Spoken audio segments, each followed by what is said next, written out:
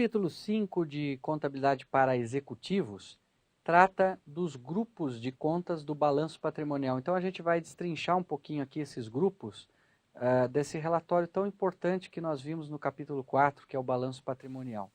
Nós vamos ver então os grupos de contas do ativo, né? O ativo circulante, quais são as deduções desse ativo, o ativo não circulante e as suas deduções, o grupo de contas do passivo circulante ou não circulante, dívidas ajustadas a valor presente e o patrimônio líquido. Bem, então, como funcionam os grupos de ativo? Nós temos o ativo disposto em dois grandes grupos. O grupo que nós chamamos de ativos circulante e o grupo de ativo não circulante. O que é que determina a classificação de contas em um ou em outro? Por que nós temos dois? A regra aqui é a ordem de liquidez, ou seja, quanto mais um bem, um direito se transforma ou é convertido rapidamente em dinheiro, quanto mais líquido, primeiro ele vem. No circulante, nós classificamos as contas, olha aí, de acordo com a lei das SAs, aquilo que se realiza até o final do exercício seguinte. Então, se eu estou em 2018, tudo aquilo que for se transformar em dinheiro, uma duplicata a receber, uma mercadoria que eu vou vender até o final de 2019, ele será considerado ativo circulante, né? Outro critério que está no pronunciamento CPC 26, que ele não fala até o final do exercício seguinte, ele fala na data de 12 meses da data do balanço. Então seria o seguinte, você está em março agora aí de 19, até março de 2020 seria o classificado no ativo circulante. Acima desses 12 meses, ou acima do exercício seguinte, segundo a lei das SAs, seria classificado no ativo não circulante. Mas nós temos um terceiro critério, que é o prazo do chamado ciclo operacional da companhia. O que é o ciclo operacional? É o tempo que uma companhia leva para produzir ou comprar, vender e receber. Então, normalmente, o ciclo dessas companhias é rápido, mas nós temos casos específicos, por exemplo, produção de vinhos, né? O vinho ele demora, ele precisa ficar maturando para que a sua qualidade aumente. Então, muitas vezes a produção de um vinho pode levar anos. A produção de navios demora 3 anos para se fabricar um navio.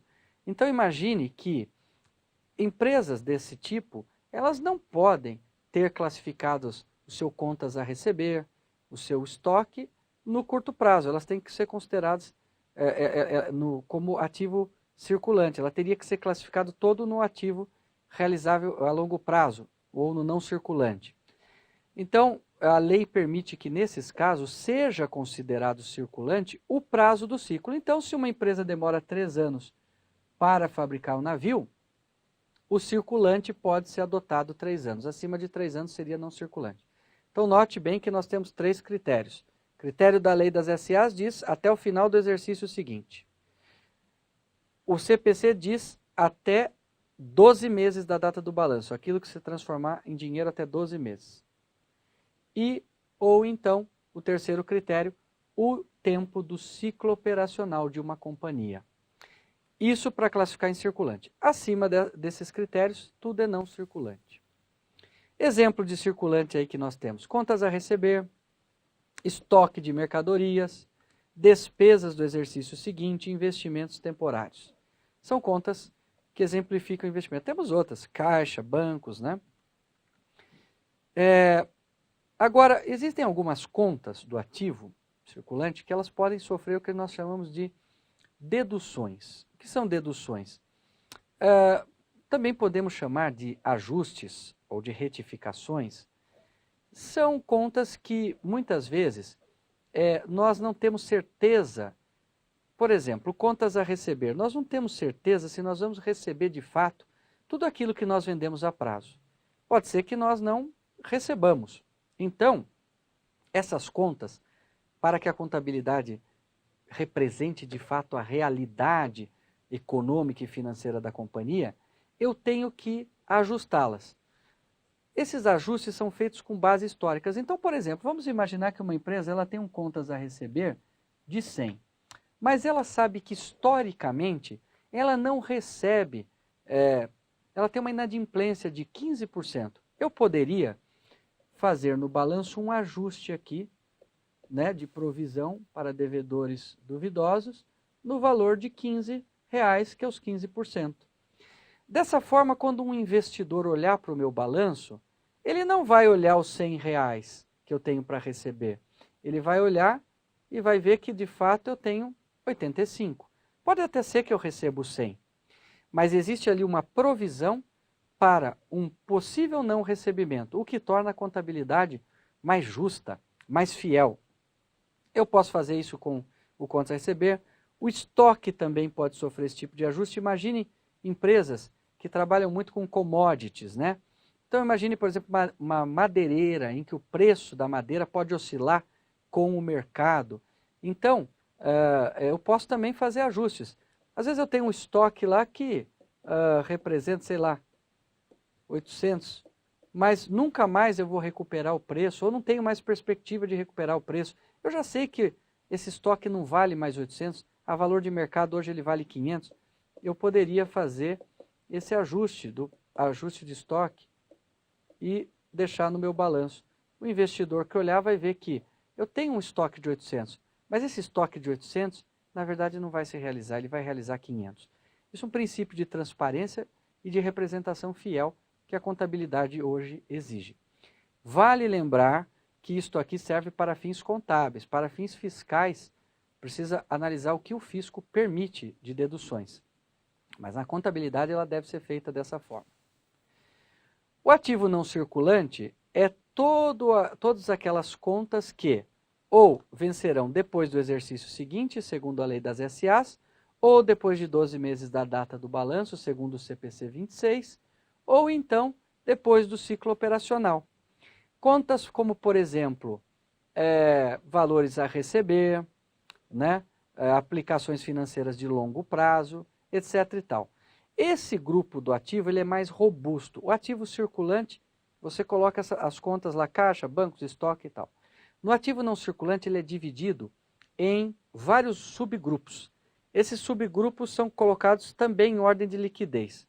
O primeiro subgrupo é aquilo que a gente chama de realizável a longo prazo. É aquilo que vai se transformar em dinheiro depois desse prazo de 12 meses, ou depois do exercício seguinte, ou depois do fluxo operacional da empresa. O outro grupo que nós temos é o chamado imobilizado. Ele serve para quê? Para guardar os bens da empresa, que são bens que geram receita. São edifício da empresa, máquinas, equipamentos, veículos que geram receita para a empresa. Outro grupo é o grupo chamado investimentos. Normalmente aquele grupo de investimentos permanentes que a empresa faz e que ela não tem intenção de se desfazer. Por exemplo, obras de arte, por exemplo, participação em outras empresas e assim por diante. E existem também, o último grupo é o intangível, que são aqueles bens que não têm corpo, mas têm valor. Por exemplo, direitos de propriedade, marcas, patentes e etc. Bem, os outros grupos do não circulante que também podem sofrer deduções são os imobilizados e os intangíveis. Por quê? O que são imobilizados? São bens corpóreos, né? Por exemplo, veículos, máquinas, equipamentos. Os veículos, as máquinas, os equipamentos, eles sofrem desgastes ao longo dos anos. Esses desgastes precisam ser reconhecidos pela contabilidade, porque senão passa uma falsa impressão nos relatórios contábeis de que eu tenho bens 100% novos, com valor de mercado igual ao valor que eu comprei. E não é verdade.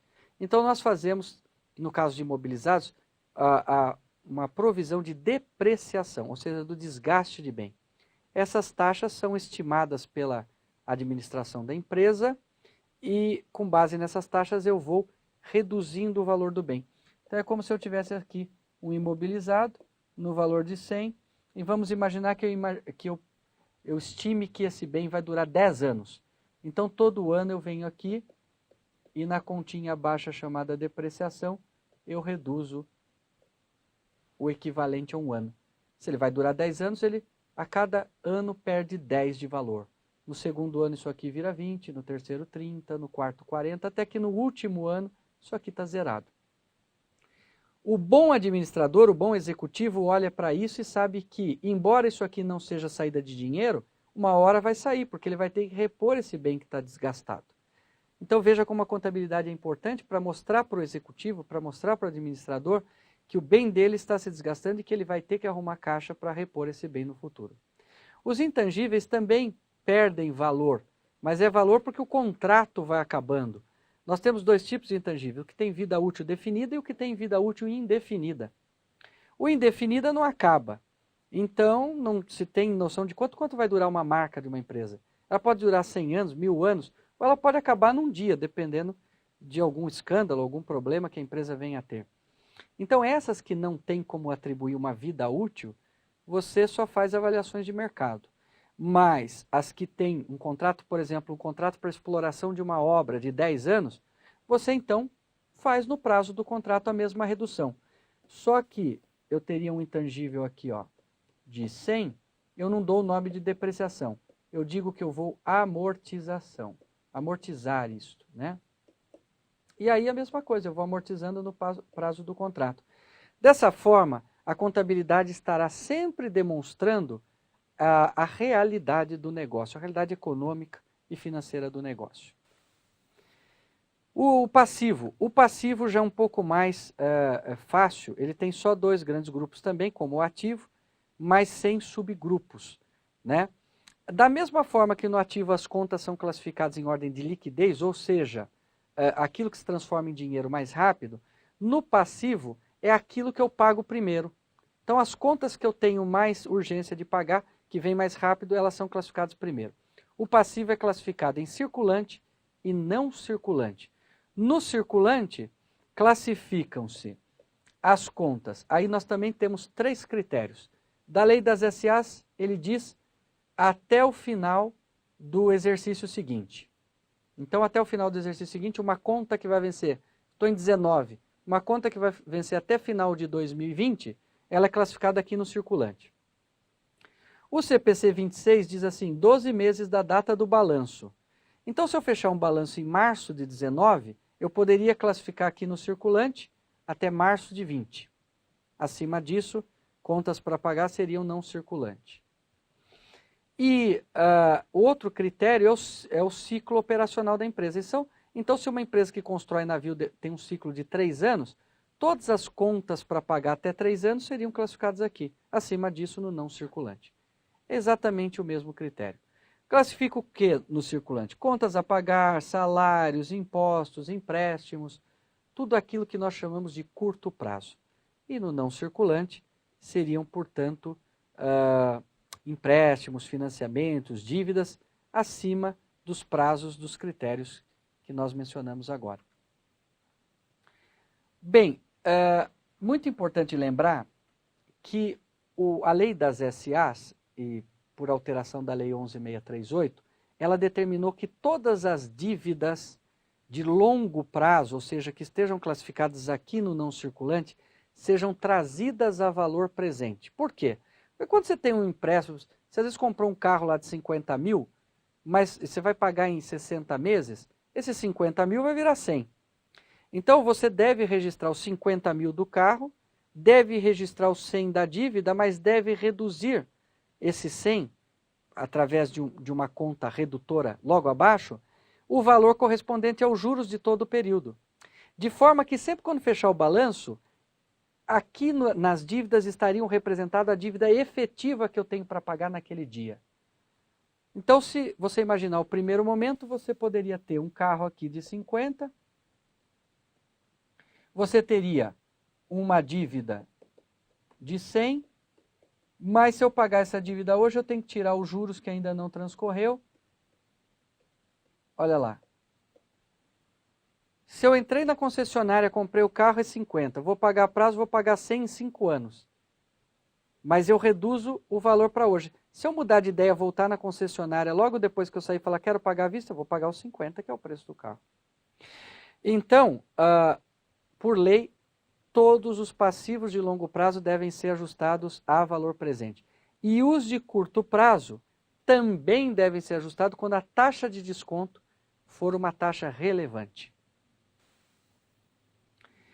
E nós temos ainda o último grupo, que é o patrimônio líquido. Nesse grupo, aqui estão representados todos os investimentos feitos pelos sócios, as reservas e os lucros e possíveis prejuízos apurados pela companhia. Então, as contas que compõem são capital, as reservas de capital, o ajuste de avaliação patrimonial, as reservas de lucro, os prejuízos acumulados, as reservas de incentivo fiscal e possíveis ações em tesouraria. Essas contas compõem o grupo do patrimônio líquido. E assim, chegamos ao final desta videoaula. Até mais!